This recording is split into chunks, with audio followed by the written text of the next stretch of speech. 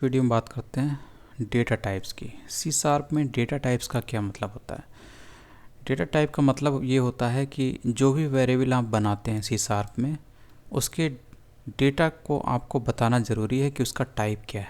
मतलब अगर आपने कोई वेरिएबल बनाया तो उसमें किस टाइप का डेटा है, उसके टाइप को आपको यहाँ पे लिखना पड़ता है। तो ये जो आपको लिखा हुआ दिख रहा है, ये वेरिएबल के पहले ये डेटा टाइप होते हैं। जैसे आईएनटी हो गया, डबल हो गया, करेक्टर हो गया, बोल हो गया, स्ट्रिंग हो गया। ये बताते हैं कि इन वेरिएबल्स में किस टाइप का डेटा है। जैसे इस वेरिएबल में किस टाइप का डेटा है, करेक्टर टाइप का, तो आप यहाँ पे करेक्टर लिखते हैं, CHAR लिखते हैं। वहीं इस वेरिएबल में इस टाइप का डेटा है, इसलिए आप यहाँ पर डबल लिखते हैं। और इस माइनम नाम के वेरिएबल में इस टाइप का डेटा है, इंटीजर टाइप का, इसलिए यहाँ पर आप INT लिखते हैं। तो ये डेटा टाइप होते हैं। जब भी आप वेरिएबल बनाते हैं तो आपको उस वेरिएबल का डेटा टाइप भी लिखना पड़ता है, जो ये बताता है। यानी इसके पहले आप लिखेंगे वेरिएबल के पहले, तो इससे ये पता चलता है कि इस वेरिएबल में किस टाइप का डेटा है। तो ये मेन टाइप है यहाँ पर लिखा हुआ। और इनकी ज़रूरत क्यों पड़ती है, तो ज़रूरत होती है मेमोरी साइज के लिए। जैसे कि अगर आपका वेरिएबल है और उसमें अगर आपने किसी नंबर को स्टोर किया है जिसकी रेंज इस तरीके से है, जैसे इतना ये बड़ा नंबर है, इसके ये नेगेटिव नंबर है और ये पॉजिटिव नंबर, इन दोनों नंबर के बीच में, या फिर ये नंबर अगर आपको मिले, इस टाइप के नंबर अगर आपको अपने वेरिएबल में स्टोर करने हैं, तो वहाँ पर इनके लिए 4 बाइट की मेमोरी साइज बनती है। तो उसके लिए आपको INT वहाँ पे लिखना पड़ेगा। INT आप लिखेंगे तो उस वेरिएबल के लिए 4 बाइट की साइज बन जाएगी, और तभी बनेगी जब वो वेरिएबल इस रेंज में आ जाए। ठीक है, तो इस रेंज में आने वाले वेरिएबल के लिए 4 बाइट की मेमोरी साइज बनती है। क्यों बनती है? क्योंकि आप यहाँ पर बताते हैं कि वहाँ पर आपने वेरिएबल को बनाते समय उसके अंदर जो डेटा है उसके टाइप को लिखा है INT। तो माई नम में किस टाइप का डेटा है, इंटीजर टाइप का, इसलिए आपने यहाँ पर INT लिखा। तो इस वेरिएबल के लिए 4 बाइट साइज़ की मेमोरी स्पेस बनेगा जिसमें आप इस वैल्यू को स्टोर करेंगे।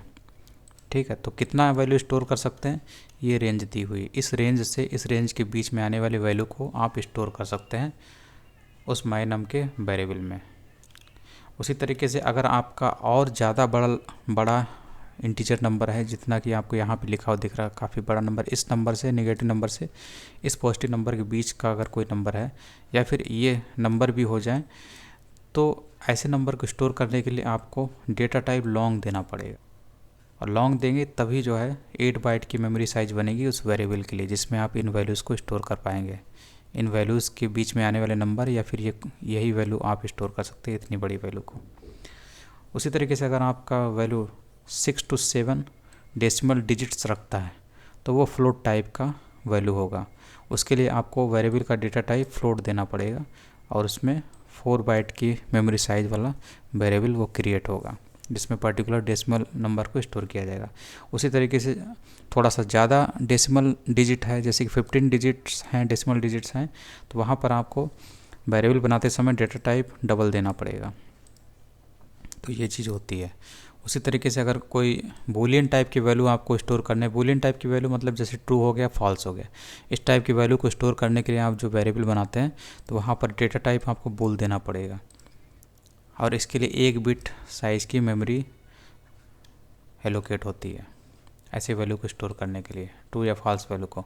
उसी तरीके से अगर आप किसी करेक्टर को स्टोर कर रहे हैं, तो करेक्टर के लिए 2 बाइट है। जैसे ये D क्या है, एक करेक्टर, इसको सिंगल कोट में लिखते हैं। ठीक है, तो इसे इस वेरिएबल में स्टोर करना है। इस वेरिएबल के लिए कितना स्पेस बनेगा, 2 बाइट का, क्योंकि करेक्टर वाले वेरिएबल को स्टोर करने के लिए, वेरिएबल को बनाने के लिए आपको 2 बाइट की ज़रूरत पड़ती है। तो 2 बाइट वाला वेरिएबल है जिसमें इस D करेक्टर को स्टोर किया जाएगा। उसी तरीके से स्ट्रिंग होता है। स्ट्रिंग क्या होती है, नंबर ऑफ़ करेक्टर्स, एक से ज़्यादा करेक्टर जो होते हैं स्ट्रिंग हो जाती हैं, डबल कोट में लिखा जाता है। तो स्ट्रिंग वैल्यू को अगर स्टोर करना है तो 2 बाइट्स पर करेक्टर इस्तेमाल होता है स्टोर करने में। तो इस तरीके से ये होता है। अब यहाँ पर दिया हुआ है, तो ये सब नंबर यहाँ पे दिया हुआ, इंटीजर टाइप का क्या टाइप होता है। जैसे आपने यहाँ पर माई नम नाम से एक वेरिएबल बनाया, इसमें ये वैल्यू स्टोर कर दी। ठीक है, तो अभी इस रेंज में ही ये आ रहा है, इस रेंज के अंदर ही है ये नंबर, इसीलिए आप आराम से INT डेटा टाइप इस्तेमाल कर सकते हैं। तो इस वेरिएबल में आप इस वैल्यू को आराम से स्टोर कर सकते हैं और ये 4 बाइट लेगा, क्योंकि INT जो होता है 4 बाइट लेता है, आपने अभी पढ़ा ऊपर। ठीक है। दिक्कत कहाँ आती है? दिक्कत ये होती है कि अगर मान लीजिए नंबर बहुत बड़ा है, इस रेंज का है, ठीक है, और अगर आपने वेरिएबल के डेटा टाइप के रूप में INT लिख दिया, तो INT के लिए तो 4 बाइट की साइज़ बनती है, और आप उसमें जो है 8 बाइट की साइज़ वाला जो डेटा है वो डाल रहे हैं, तो यहाँ पर एरर आ जाती है। तो ऐसा नहीं होना चाहिए, यही चीज़ यहाँ पे बता रहा है। और ये लॉन्ग टाइप मतलब बहुत बड़ी वैल्यू है। लॉन्ग अगर आप इस्तेमाल करते हैं डेटा टाइप लॉन्ग, तो आपको लास्ट में एल भी लिखना होता है। जैसे आप डबल में डी लिखते हैं लास्ट में, और फ्लोट में एफ़ लिखते हैं, तो ये भी आपको लिखना ज़रूरी है। फ्लोट वैल्यू है ये 5.75, तो इसके लास्ट में आपको एफ़ लिखना है। ठीक है, ये फ्लोट वैल्यू है जिसको आप इस वेरिएबल में स्टोर कर रहे हैं, तो इसका डेटा टाइप आपको फ्लोट देना है, और यहाँ पर भी एफ़ लिखना होगा वेरिएबल को। तो ये वेरिएबल कंप्लीट वेरिएबल इस तरीके से बनाया जाता है। अगर इस वेरिएबल में माइनम नाम के वेरिएबल में आप कोई फ्लोट वैल्यू स्टोर करना चाहते हैं तो इस तरीके से आप बनाएंगे।